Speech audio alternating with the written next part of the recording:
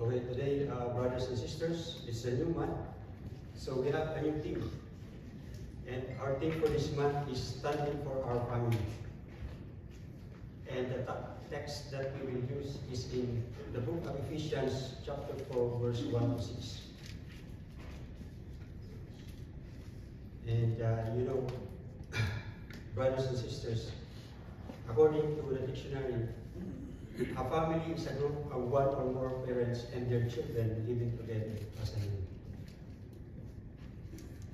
And the family is very important because if there is unity in the family will succeed.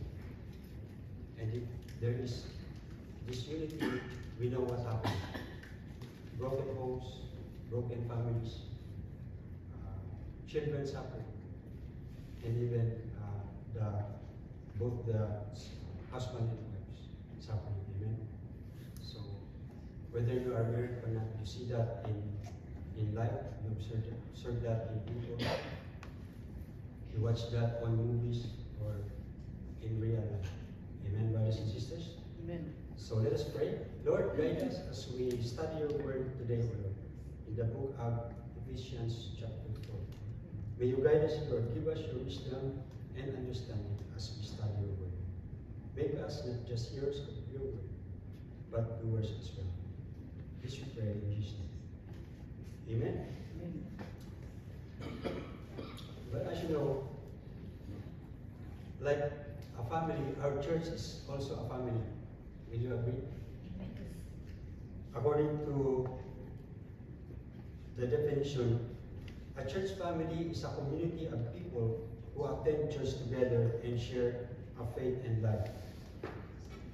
The Bible describes the church as a family, with God as the Father and the believers as siblings. So that's why, brothers and sisters, we call each other brother and sister, because spiritually we consider ourselves siblings. So whether you're young or old, we are siblings. Amen? In the eyes of God. And what is the basis for this?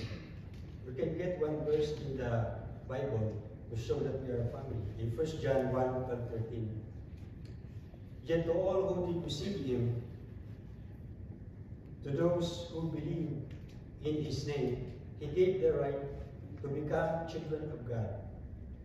Children born not of natural descent, nor of human decision, or a husband's will, but born of God. Amen, brothers and sisters? So we are children of God. And what's different with our family is that, unlike in a usual family, after the parents reach their age, if you have this number of siblings, it will stop. But the difference in the church family is that the family continues to grow.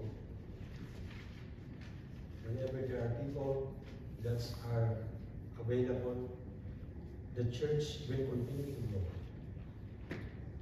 Amen?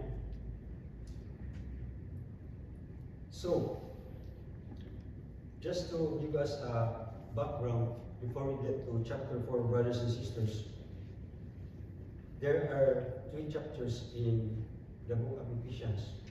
The first one is the chapter 1, spiritual blessings and predestinations in Christ. So here in the opening letter of Paul,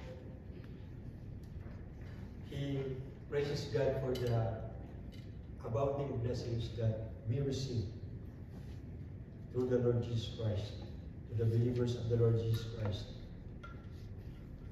Because these blessings include us being predestined according to God's eternal plan. So, in other words, brothers and sisters, after we die, we go to heaven. And then we go to the new heaven and new earth. And we are redeemed because of what God has done through his sacrifice, with the Holy Spirit as a guarantee of their future inheritance.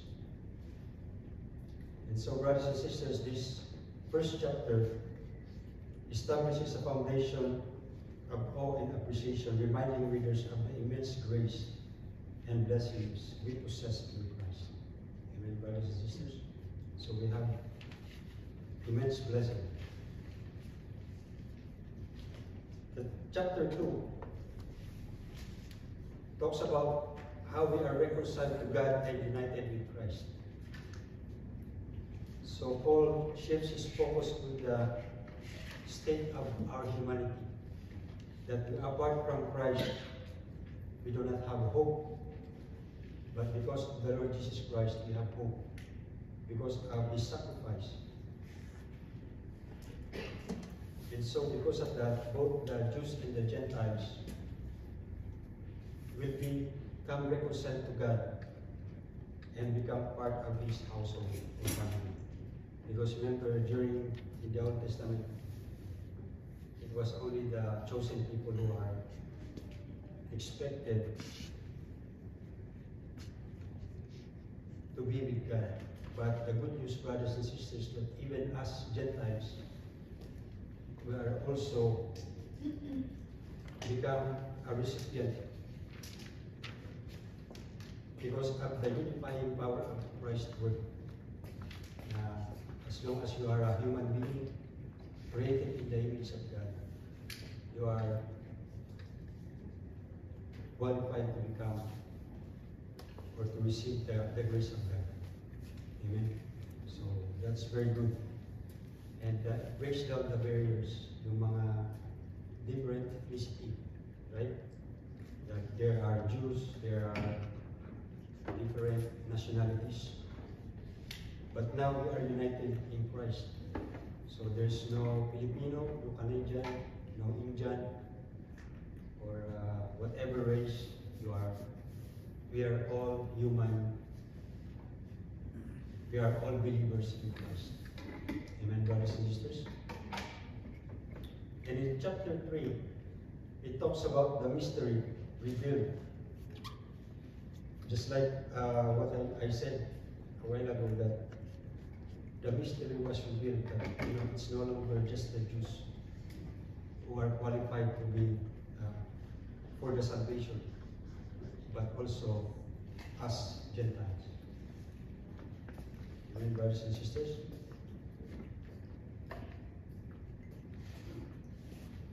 So these were the first part of Ephesians chapter, or Ephesians, book of Ephesians. The first 3 chapters talks about the doctrine.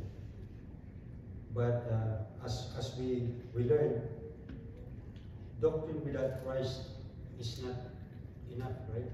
So we have to have the Christ likeness. So it's just like, it's not just how we know, but it's how we live. And we are all to be part of the body of Christ. And we are the body of Christ. Amen, brothers and sisters. We are the church family. And we can see here, brothers and sisters, an example of God Himself and the Lord Jesus Christ. In John 17, 20-23, Jesus prays for all the believers. It says, "My prayer is not for them alone. I pray also for those who believe through their message, that all of them may be one. Father, just as you are in me, and I am in you. May they also be in us, so that the world may believe that you have sent me. I have given them the glory that you gave me, that they may be one as we are one. I in them and you in me, so that they may be brought to complete unity. Then the world will know that you sent me and have loved them even as you have loved me." So brothers and sisters, as an example of unity, God the Father and the Son show how they are united. How they are so effective because they have unity. Amen. Brothers and sisters. Amen.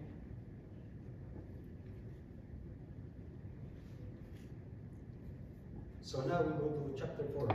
This is the practical section of the book of Ephesians. So yung first 3 chapters is about doctrine, but now how we apply it in our life.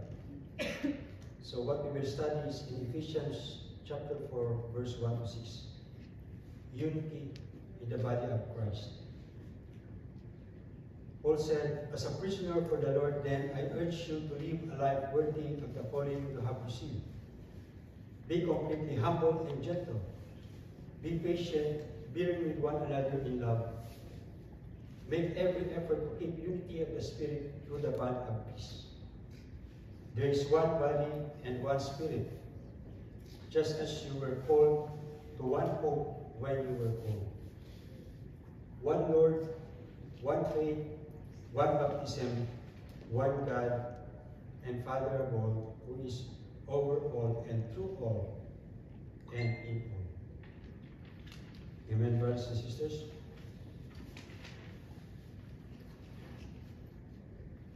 So some of the scholars say that when Paul wrote this letter, he wrote it inside a prison.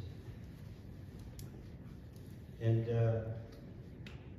probably as he had observed in that time in their church, and even today, sometimes the lack of fellowship of the believers, the lack of love and prayer for one another.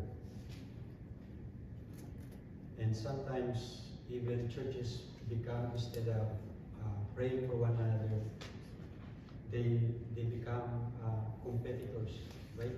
There is competition. So they become competition how many people will go to them or the others, right? But we see here, brothers and sisters, Paul said, as a prisoner for the Lord, then I urge you to live a life worthy of the calling you have received. In other words, that we have to live differently. Some say that the strongest way we tell Jesus that we love him is how we love those whom he died. And if we are not loving those whom he died, it's hard for us to say how much we love him, right? Because if we love God, it's also good for us to love others. Amen, brothers and sisters?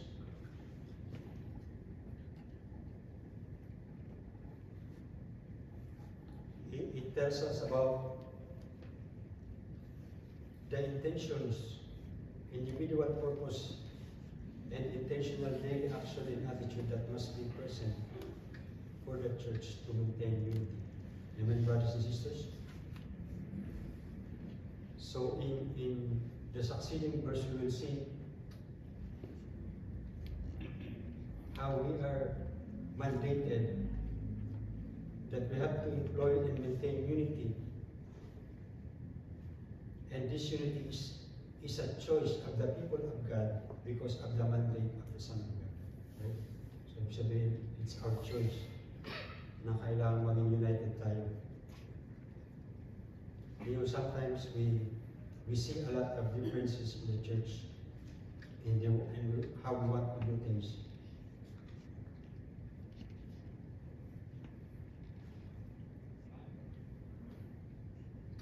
But when it comes to how we treat each other, one another,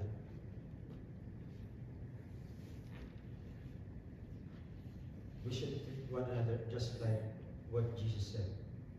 Amen, brothers and sisters? In 1 John 3:16, it says, this is how we know what love is. Jesus Christ laid his life for us, and we ought to lay down our lives to our brothers and sisters. So that was in 1 John 3:16. So, in other words, Paul it's asking us to lay down our life. So, but in the church, I think the least we could do is to, to love one another as fellow believers. Amen, brothers and sisters? Because that is, as a family, That is what we have to do. You know, sometimes the problem with the churches is that they have so many different views, so many views about predestination, Calvinism, and things like that. And sometimes they fight one another over that. Right, brothers and sisters? But I think the more important thing that we should do is to walk worthy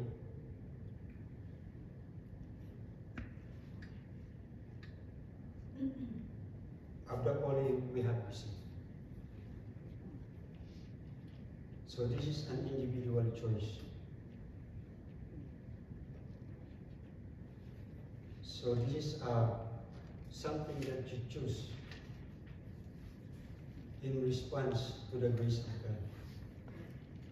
So if we are given undeserved and unmerited grace by God, it is just right for us to walk worthy of the calling we have received. Amen, brothers and sisters?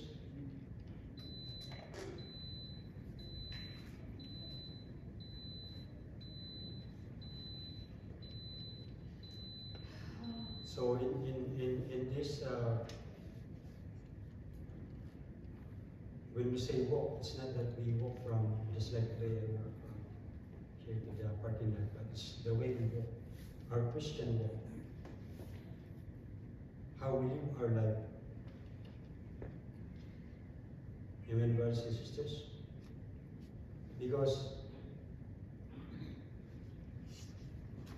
we need to walk so that others can see your good works and glorify your Father in heaven. Live distinctly so that they will come to know you live differently now, that you have an indwelling Holy Spirit and your sins are forgiven and you're gifted for the kingdom. Amen, brothers and sisters? Dahil nakakilala na tayo. We are a new creation.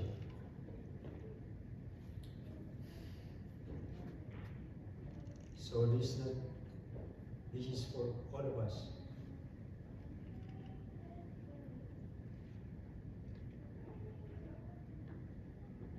In other words, this is for every child of God, daily, purposeful intentionality. If you're saved, this is the will of God for you, your life in the church. Amen, brothers and sisters? And in the following verse, we'll see some of the virtues that Paul is talking about. It says here, be completely humble and gentle. Be patient, bearing with one another in love.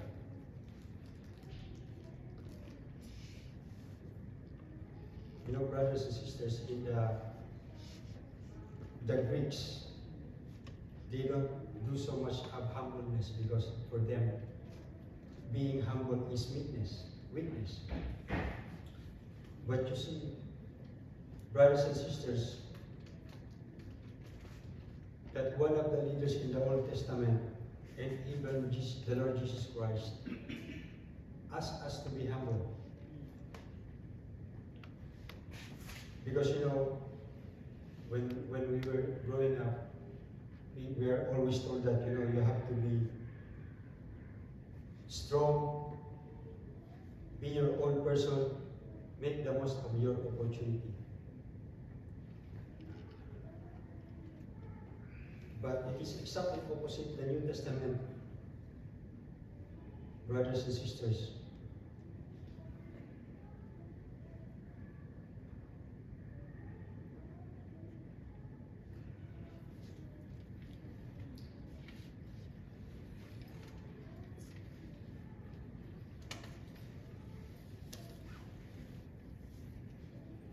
So exactly opposite of the New Testament, we are still dominated by our frontier mentality instead of appropriate meekness. It's hard to it's hard to be humble. Only the Spirit of God can help us. Amen, brothers and sisters?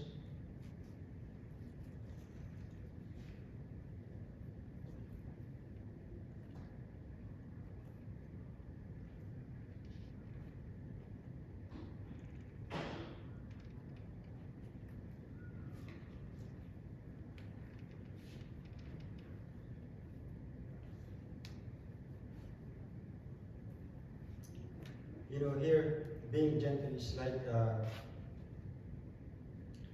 they say like a lone ranger. You know, this lone ranger sits in a horse, a very powerful horse.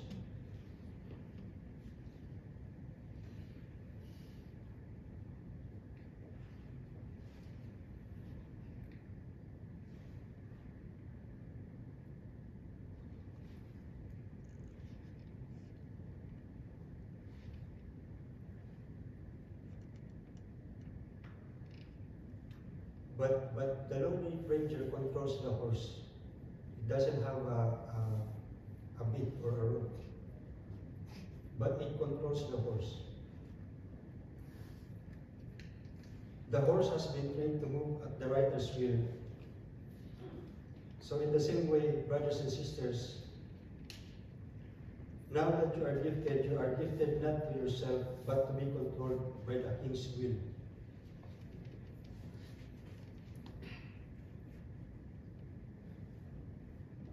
Amen, brothers and sisters? Because each one of us has our own personality, just like what Psalm 139 said. God gave us our own personality. But God wants us to direct that personality of ours to the glory of God. Or just like in 1 Corinthians 12:7, it says that we are gifted for the common good.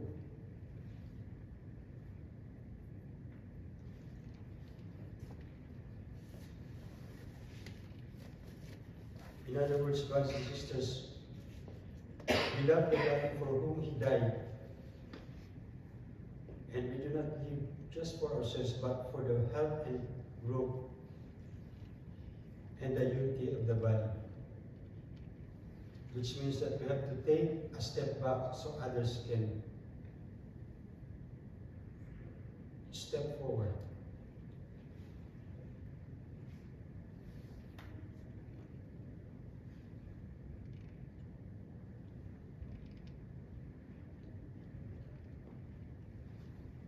Amen, brothers and sisters? You know, one thing we can observe in the church sometimes, not here, but in another church, that they are very good singing worship songs when it comes to different rituals. But you know, they sing nicely. But you know, after the service, when they go out on their own, they crucify each other with their own tongues. I mean, they're okay in the church, but when they go outside,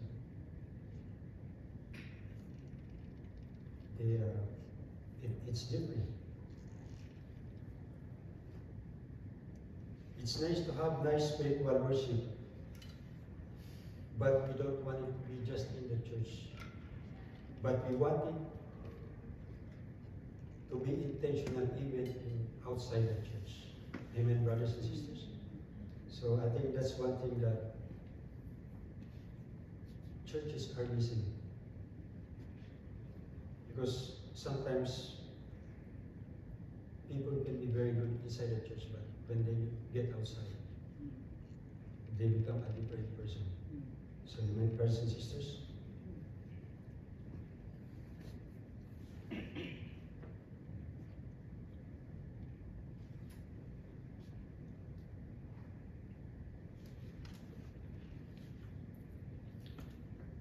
It says that we have to be patient and bearing with one another in love.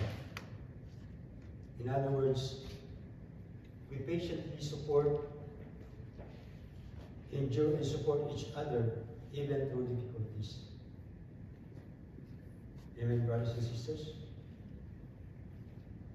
Because as a church, we live for the head of the body of Christ. Because remember when we are not Christian yet, or we are just growing. God is long suffering. God is suffering for us when we are not yet mature, right? When we are doing our own way. God is suffering. So in the same way, brothers and sisters, when we become also mature in church, we have to give some slack to others as well. Because just like God, who been patient with us, so we have to be patient also with our brothers and sisters. Amen, brothers and sisters. Bearing with one another in love.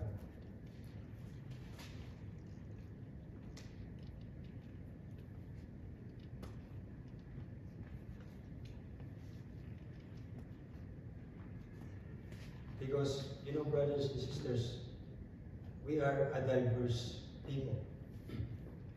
And we know that people can be, we can connect people in a different way. We can connect people to a different personality. Maybe I can connect to somebody of a certain personality, but I cannot connect to somebody else. Kaya ginawa ng Lord na iba-iba yung personality so that all of us is able to connect to others and can be used by God in order to connect with other people. Amen, brothers and sisters? In order for us to follow the commandment, the Great Commission. Amen, brothers and sisters? And number 3, make every effort to keep the unity of the Spirit through the bond of peace.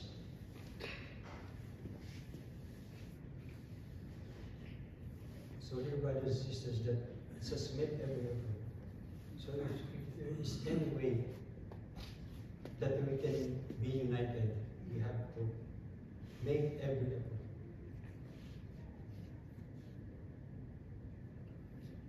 Because it's not based on us, but it is the reputation of the church of the Lord Jesus Christ, right? Because when you see the church and they are divided, what will be the impression outside? The impression is, oh, these people can't even get along. Why should we even go there and join them, right? And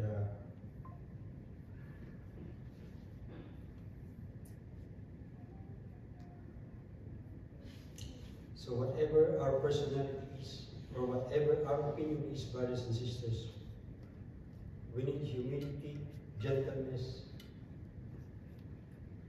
and patience with intentionality. We really strive. Because I know it's hard, right? Even myself. Like today, I was driving and the front of me was very slow. So I can be impatient. But you see here in verse 3, Paul said, make every effort.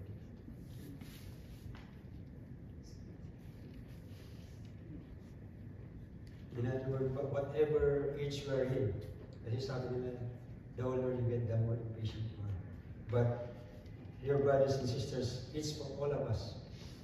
Whether you are young or old, we have to be patient.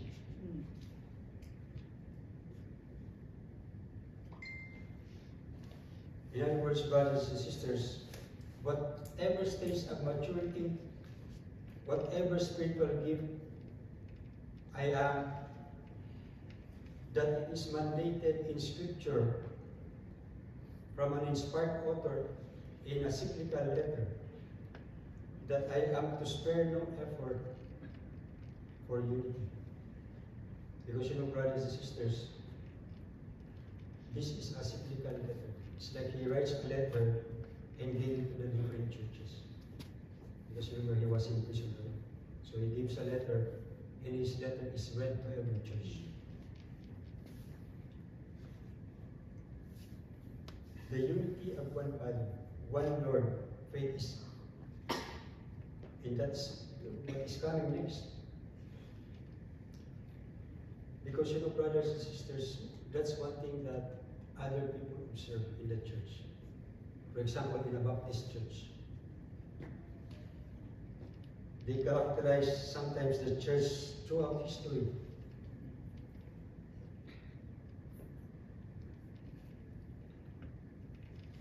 Not about self-competency, not assurance, not belief in the Bible. Sometimes the church is known for infighting, fighting one another, right? So maybe some of us have experienced church divisions, right?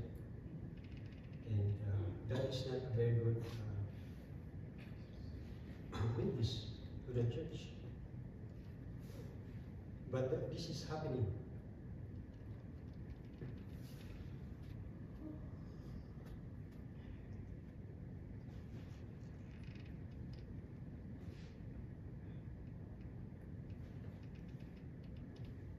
That's why, once again, whatever our opinions are, personal opinions, whatever our family traditions are, I am called by the Spirit of God to spare no effort to maintain the unity of the Spirit in the bond of peace. And do that, and we can do it by humility, gentleness, patience, and forbearance. Amen, brothers and sisters? Because even in a church, it's impossible that we will not rub shoulders, right? Sometimes we gets to our nerve, right? All of us. But as Paul said, we should be intentional that we should keep and make every effort for the unity of the body of Christ.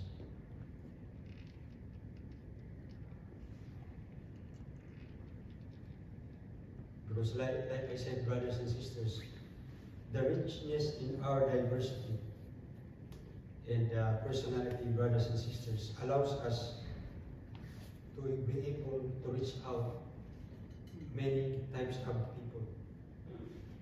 Kaya iba yung personality natin. Para tayo lahat, together, we can reach out to people and follow what God, the Lord Jesus Christ has commanded us, which is the divine commission. Amen, brothers and sisters?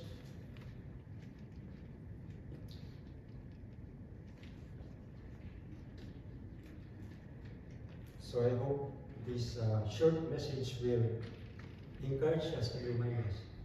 Because we know what happens when there is no unity in the church. Just like how we observe families who are not united.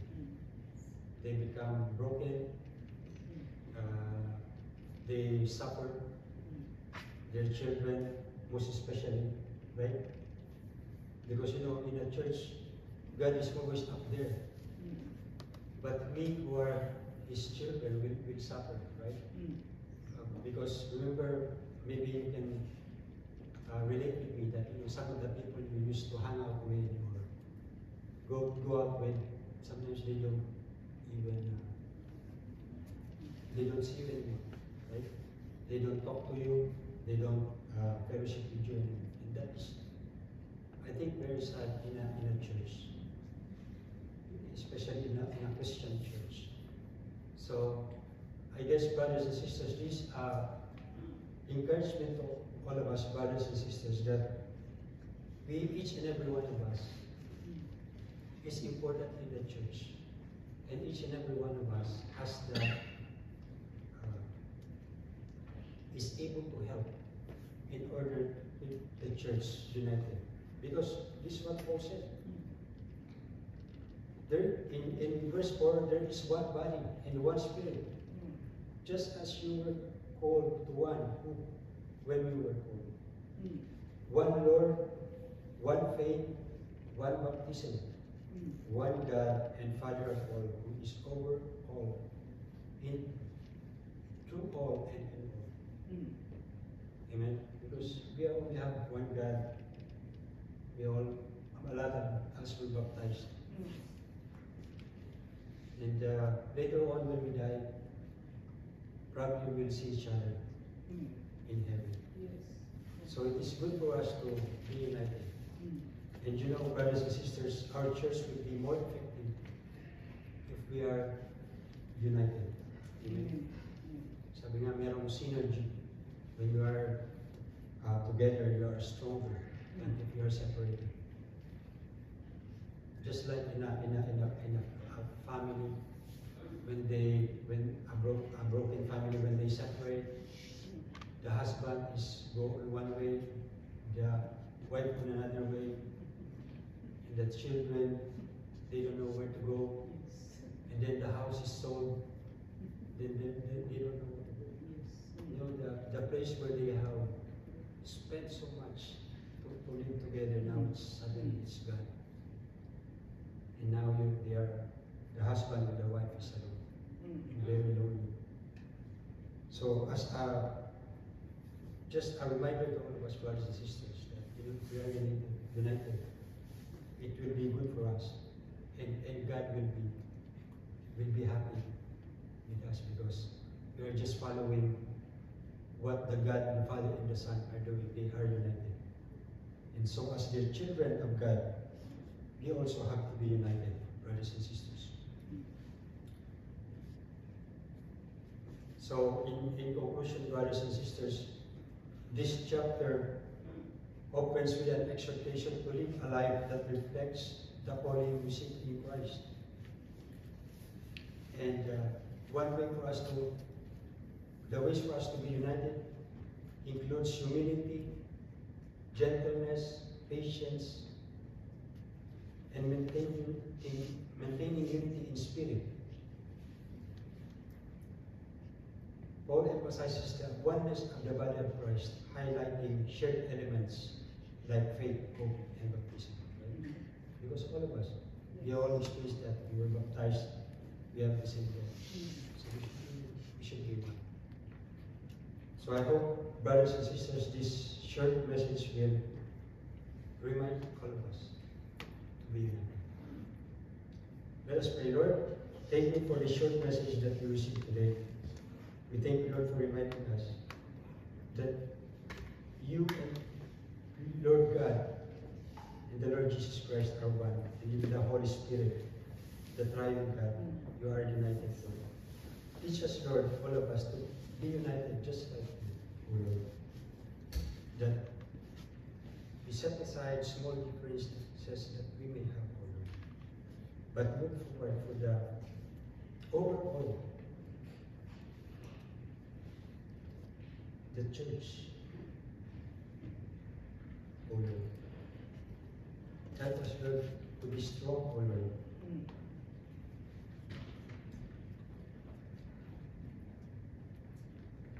With the Holy Spirit, Lord, that you will keep our unity in the body.